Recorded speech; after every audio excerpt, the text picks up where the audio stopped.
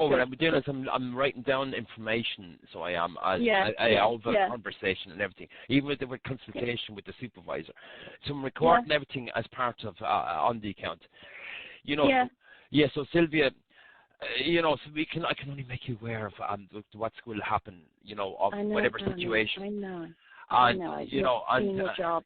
you know, but what I'm saying to you, like, as just from person to person here, SSH customer service and all that aside, from one tenant to another, Sylvia, I would speak with the landlord and discuss with them. I'm going to have to. I know that. 100%. And just don't do anything. Just think about it and discuss and speak with first, and then decide. Don't rush into something. Decide. Look at exactly what it is there. And just be speaking. It could be just a simple solution is all is required here, Sylvia. Can I just speak? I know. Listen, sorry. I know you're trying your best. I really feel sorry for you to get me today. But can I just say something off the record? I know this is how your company operates. I know what they do, and they think this is fine. But can I just say to you as a person, this is absolute mad. It's mad. This is not. It doesn't make sense. If you could just agree with me that, yes, you understand where I'm coming from as a normal person. I'm intelligent. I'm not sick. I don't need somebody else to look at the bill. Can you just agree to me how ludicrous this is? No, I can see where you're coming from that you previously paid for. That'll do. That'll do. You were looking to just take over from the next point onwards, you know, from where you were being billed for and paid for with the landlord, that you just wanted to continue from there. Now, I can see where that would, where you'd be looking to do that. But yes, because of the lease agreement and the startup dates, that's what's, and because we're tenants and landlords, we would need to see startup dates and information. And lease agreement is the only way we can. That's sent in, and you know, you're advised to call back and it gets approved. And that gets startup dates when you took over the usage, and that's why that's in place, or by all providers. And that's wrong. That is wrong. No, but there has to be a method, like, to get start dates and the method is for tenants. You pay. Right, the method is you pay what you use, and if you change, you start paying. Do you know what I mean? You start paying under a different name, different account, whatever. That is that's paperwork for nothing. Paperwork.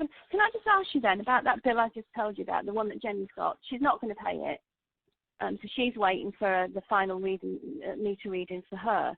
So what's going to happen now then? She'll get a final meter reading, and will that have the entire adjustments for the past 6 months? What will happen then, because with the lease agreements, when it's sent in and has the start-up meter reads and everything, so that start-up point for you would be the cut-off point for the previous account. So in Jennifer's name, so the opening meter read in yours becomes the closing meter read on the previous account, the landlord. I know. And so any adjustments now, if it has been paid, say, for some of the a substantial amount of the 533 on the account here, so that will really be returned to the other account. So your payment to Jennifer on Jennifer's account is returned to Jennifer. So your money that you pay to Jennifer on is on her account. She needs to get that back to you to cover the usage that you already paid on this account, to cover that bill. And that's it in a nutshell, really. And yeah, no, if you can speak to her and just point out that and see what she says in that conversation. And then if you have an action, you to formulate then what action you want to take or what you want to do, or if there's a solution between you and Jennifer, do let us know what's going on, and we can stop direct debits. We can do all these things, and we can, you know, there's a lot of flexibility around, but have that conversation with her and she point out. And then it could be just a simple thing, really, Sylvia, that could just salute, you know, but speak to everybody concerned before before making a decision. That. Yeah, my decision's made. But you didn't answer the question. I asked you what Jenny's bill will be now. She's I can't discuss it. Bill. I can't because it's in her name. Right. So let's not discuss Jenny. Let's just discuss the procedure. So a customer's changing over. They get a bill.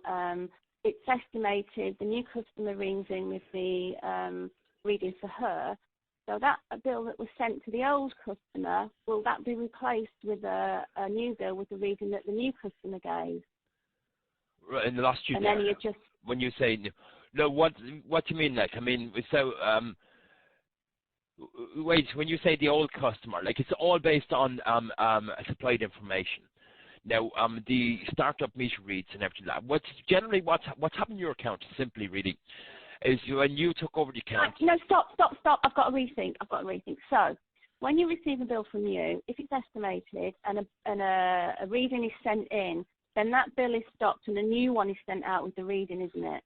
Yeah, if there is an amendment needed there, we can get an adjusted bill sent out, yeah. So the Jenny, the old customer, will be getting a new bill from my reading that I gave, and she should pay that one, or, take any adjustments from that. Well, I mean, on her account, whatever she gets adjusting that. So I can't really discuss details in that account. But what's happened now, if yours is, say, start meter read, that could be the closed meter read in hers. So if that meter read has, say, most likely to be adjusted with money back in her account, because if there was payments or bills, so if your account's taken over from a date that the payments were already made, so that means it'd be adjusted in the previous account, and then the usage is back in your account because of the startup date. So the usage from when you took over the account is gone back is on your account. So that 533, the billing period covers from August, 15th of August, right up to March. So it's everything you've used from that to those meter reads. So any payments or anything from all that and everything that is on the previous account, which needs to be returned to you through the landlord. So she needs to look at our bill. So our bill will be adjusted, and so those payments, with the verbal agreement and the conversation between you and Jenny, she needs to return that to you, so you can, pay your bill really for that usage. Again, that is not the problem. The problem is getting round all this paperwork, all this red tape. So forget that for the moment. I'll have to sort out Jenny. It's 10 o'clock now. I've already missed 2 hours of my work. I'll take the rest of the day to try and sort this out. Don't worry, not your problem. So I want to know then from you, I want to cancel this. It's in my name now, so I want to cancel this before the 14 days so that I don't have to pay any of the, what was this, €70 for a cancellation of contract, €50 for something else. What was all that? Can you tell me what that was? Right, now, Sylvia, if you go to use your 14-day calling period, what it does, it just goes into the name of new occupier if you're cancelling it. And it doesn't go return to Jenny, it goes into new OC. So somebody needs to take it over the account. Now, you're the one living there. So if it doesn't it be taken over by anybody, or there's no other, if it's not switched away, or whatever the case might be. My husband can take it over. There you go. You've got a new name. No, I can't. It doesn't work like that. So he has that person, someone taking over has to contact us. Now, if you were to cancel the account, it could be cancelled, so it will, so the balance, though, the usage, because the startup date is 15th of August, remember. So it could be just cancelled up to when you took it over from the date. So the usage there is still in your name and the cost of it side of it. But it'll go into new OC then, and could be a higher unit rate, a standard rate, because new OC there's no name on it. And there's about 3 or 4 weeks to days in that, and it could risk disconnection then at the property. Right. Can I just stop you there, please?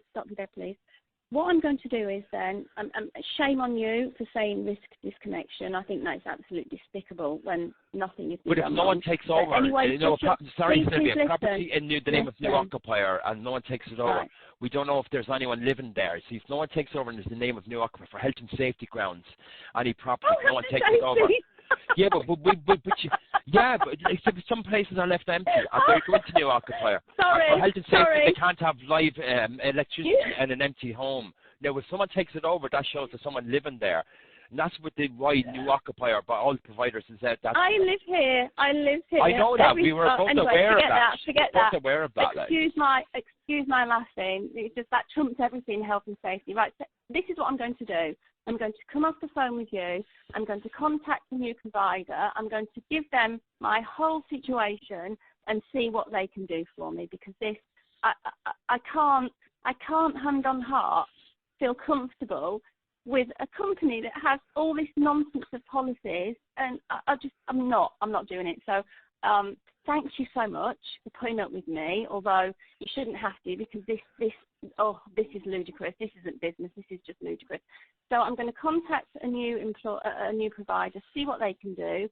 Should I get anywhere with them, I'll then cancel within the 14 days. Can I do that by email?